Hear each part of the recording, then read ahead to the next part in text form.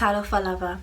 I would like to take this opportunity to congratulate the Alliance of Small Island Nations in celebrating their 30th anniversary. This is such a milestone and I'm so honored to be a part of it. So up until this point, we've been hearing some amazing people talk about where we've been and where we want to go. But that leaves us with the big question. How are we going to get there? And in order to answer that, we need to go back to square one. 5 years ago, 197 countries got together in Paris and promised to limit the rise in global temperatures to 1.5 degrees Celsius. Since then, the United States has pulled out of the Paris Agreement and other countries are not delivering on their targets. Right now, we're already at 1.1 degrees Celsius and we're set to surpass our limit in the next 10 years. Even if every country achieved their target goals, the temperature would still rise by more than 2 degrees Celsius in the next 70 years. Which leads me to my main point.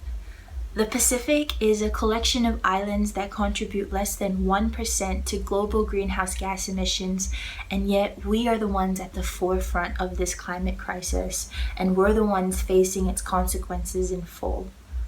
As a Samoan youth, my identity and culture is so deeply rooted in my land that the thought of it disappearing scares me.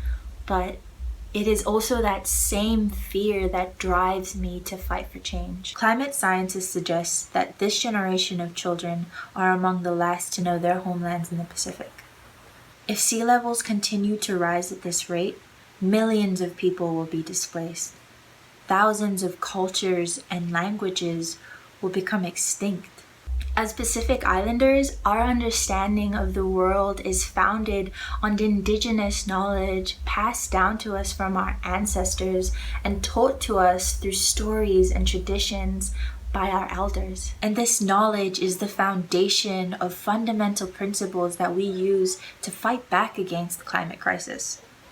These next 10 years will be the most crucial in ensuring our survival, and it will be particularly significant for small island nations. Despite our different cultures, traditions, and languages, the one thing we all have in common as islands is that we're running out of time. The same ocean that unites us is the same ocean that threatens to drown us if we do not treat climate change with a sense of urgency. And this isn't an easy feat. It will take political will at international and national levels in order to truly make a difference. It will take legislation, litigation, and education to create change. This is why it is so essential that you give youth and indigenous people a seat at the table, and why climate action should be focused on indigenous communities because they have always been the protectors of the land. In order to combat climate change, we must have the desire to change our mindsets and our actions. We need to focus our resources on grassroots organizations that are working at the forefront of this climate movement.